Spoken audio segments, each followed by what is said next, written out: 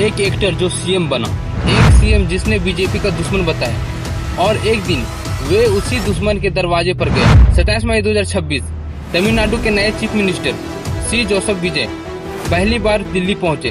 पहला पड़ाव पीएम मोदी, दूसरी पड़ाव अमित शाह और साथ में मिले सोनिया गांधी, राहुल गांधी से भी। एक दिन दो खेमे एक आदमी।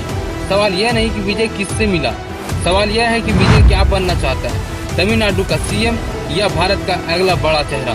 यह डॉक्यूमेंट्री उसी सवाल का जवाब ढूंढती है। चलिए सुनते हैं। एक वक्त था जब तमिलनाडु में एक एक्टर का नाम सुनते ही लोग दीवाने हो जाते थे। सिनेमा घरों के बाहर रात भर लाइनें लगती थीं। जब उसकी फिल्म आती थी तो लोग दूध से नहलाते थे, पोस्टर को फूल चढ़ाते थे। वो एक्टर था सी जोसेफ विजय। तमिलनाडु में सब उन्हें प्यार से थलापति कहते थे, यानी सेनापति। 30 साल, 69 फिल्में, करोड़ों फैंस, गिल्ली, थुपक, मर्सल, मास्टर, लियो, एक के बाद एक सुपरहिट। वो तमिल सिनेमा का सबसे बड़ा नाम था। लेकिन 2024 में उन्होंने वो किया जो किसी ने सोचा भी नहीं था।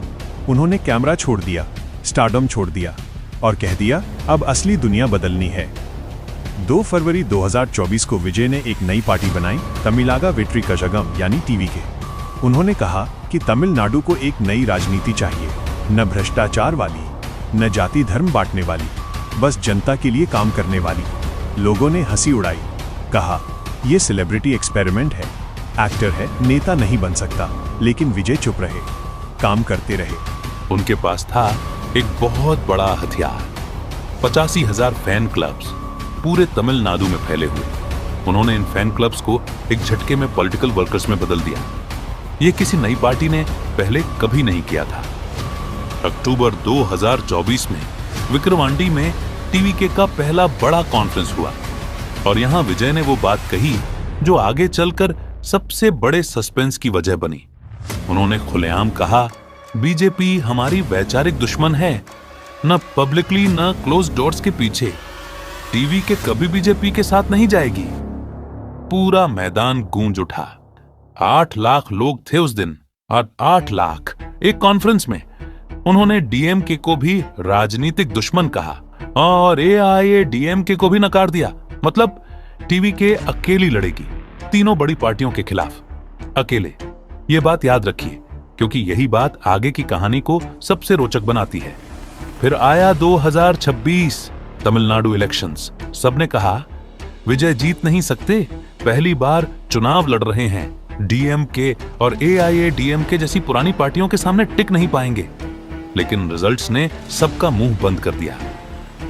टीवी के 108 seats, single largest party. Tamil Nadu की जनता ने अपना जवाब दे दिया था।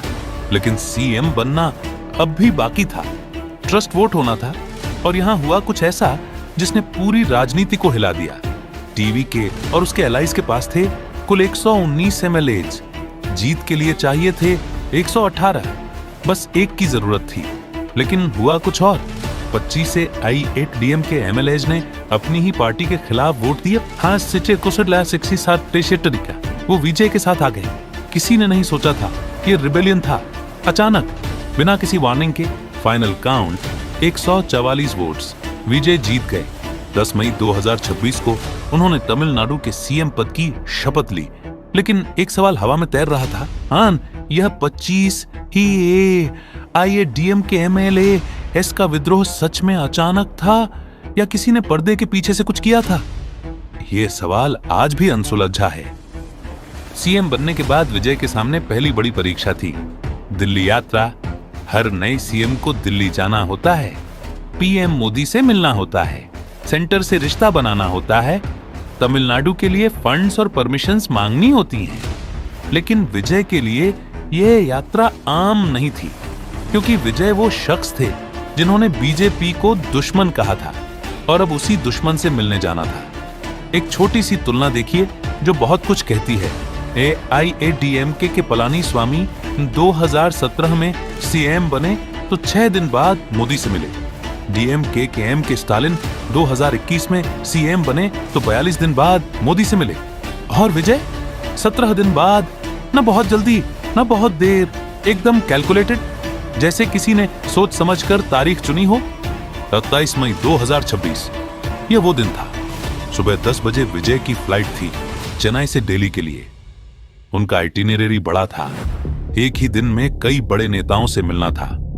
प्रेसिडेंट द्रौपदी मुर्मू से मिलना था, वाइस प्रेसिडेंट सीपी राधाकृष्णन से मिलना था, पीएम मोदी से मिलना था, होम मिनिस्टर अमित शाह से मिलना था, फाइनेंस मिनिस्टर निर्मला सीतारमण से मिलना था और कांग्रेस की सोनिया गांधी और राहुल गांधी से भी मिलना था। यहां रुकिए, एक पल सोचिए, एक ही दिन में बीजेपी के बड़े नेता भी और कांग्रेस के बड़े नेता भी, दोनों तरफ एक साथ। ये डिप्लोमेसी थी या कोई बड़ा खेल? शाम 4:30 बजे विजय पहुंचे सेवा तीर्थ न्यू दिल्ली।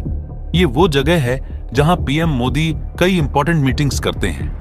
पूरे देश की नजरें उस दरवाजे पर थीं। दिल्ली के सीनियर पॉलिटिकल जर्नलिस्ट्स बाहर खड़े थे, कैमरास थे, टीवी के वर्कर्स तमिलनाडु में प्रेयर्स कर रहे थे, पॉलिटिकल एनालिस्ट्स टीवी पर बैठकर एनालिसिस दे रहे थे। सबने कहा था यह बैठक 30 से 40 मिनट चलेगी, लेकिन दरवाजा खुला सिर्फ 10 मिनट में। विजय बाहर आए, हाथ में एक मेमोरेंडम था, चेहरे पर मुस्कान थी, लेकिन वो मुस्कान क्या कुछ कह रही थी या कुछ छुपा रही थी? सीनियर जर्नलिस्ट थारसु श्याम ने जो कहा वो बहुत चर्चित हुआ। उन्होंने कहा, फूलों का गुलदस्ता देने में, शॉल ओढ़ाने में और पिटीशन सबमिट करने में भी कम से कम 20 मिनट लगते हैं। 10 मिनट में क्या हुआ यह किसी को नहीं पता, और यह बैठक विजय के पक्ष में नहीं लगती। दिल्ली के एक और वरिष्ठ पॉलिटिकल जर्नलिस्ट निरंजन ने कहा, सबको उम्मीद थी 30 से 40 मिनट की, 10 मिनट में सब खत्म, यह बहुत कुछ कहता है। उस कमरे में क्या हुआ, किसने क्या कहा, क्या मांगा, क्या मिला, और जो नहीं बोला गया वो क्या था? यह सवाल आज भी जवाब मांगते हैं। मेमोरेंडम में विजय ने तमिलनाडु की कई जरूरी मांगे रखी थीं। तमिलनाडु को ज्यादा फाइनेंशियल असिस्टेंस चाहिए थी, डेवलपमेंट प्रोजेक्ट्स की फास्टर क्लियरेंस चाहिए थी, और एक बहुत दर्दनाक मुद्दा था मछुआरों का। 2026 में अब तक 58 मछुआरे श्रीलंका की जेल में बंद थे। 266 नावें श्रीलंका ने जब्त कर ली थीं। 12 बार गिरफ्तारियां हो चुकी थीं। ये गरीब मछुआरे थे। उनके घरों में चूल्हा जल रहा था या नहीं, यह भी पता नहीं था। विजय ने मोदी से मांगा, इन मछुआरों को वापस लाइए, उनकी नावें वापस दिलाइए। इसके अलावा मेकेदातु डैम का मुद्दा था। कर्नाटक कावेरी नदी पर एक बांध बनाना चाहता था। तमिलनाडु के लिए यह पानी का सवाल था। विजय ने पहले ही मोदी को एक लेटर लिखा था, कर्नाटक को रोकिए। मोदी से मिलने के बाद विजय गए अमित शाह के पास। यह वो मोमेंट था जो सबसे ज्यादा चर्चा में रहा। वही अमित शाह जिनकी पार्टी को विजय ने वैचारिक दुश्मन कहा था, जिनके खिलाफ विजय ने तमिलनाडु में लाखों की रैलियों की थीं, जिनके बारे में विजय ने कहा था वो झर के बीज बोते हैं। और आज वही विजय उसी अमित शाह के सामने बैठे थे। दोनों मिले, बातें हुई, लेकिन क्या बातें हुई यह किसी को नहीं पता। यही तो राजनीति है, जो दिखता है वो होता नहीं, और जो होता है वो दिखता नहीं। उसी शाम विजय मिले सोनिया गांधी से, मिले राहुल गांधी से, बीजेपी के साथ भी, कांग्रेस के साथ भी। एक दिन दो खेमे, एक आदमी। पॉलिटिकल एनालिस्ट्स कहने लगे, विजय यह सिग्नल दे रहे हैं कि वो भविष्य में साउथ इंडिया में नॉन बीजेपी फेडरल कोलिशन की राजनीति में बड़ी भूमिका निभा सकते हैं। यह सिर्फ तमिलनाडु का सीएम नहीं सोच रहा, यह कुछ और बड़ा सोच रहा है। लेकिन यहां एक बड़ा खतरा भी है। तमिलनाडु की राजनीति बाकी इंडिया से बहुत अलग है। यहां पेरियार की विरासत है, अन्ना की विरासत है।